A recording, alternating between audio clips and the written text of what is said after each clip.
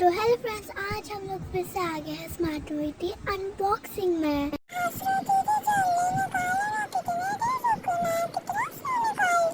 रुको थोड़ी देर छोटी, सब्र करो।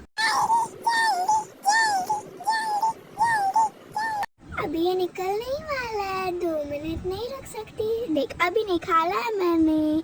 इसके अंदर क्या क्या मिलता है? डाइस मिलता है, रबर बैंड्स मिलता है और इंस्ट्रक्शन का बुक भी मिलता है। ओके,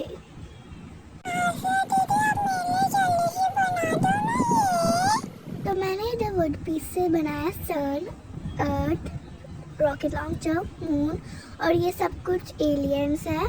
तो अभी मैं घुमाने वाली हूँ, तो देख लेना।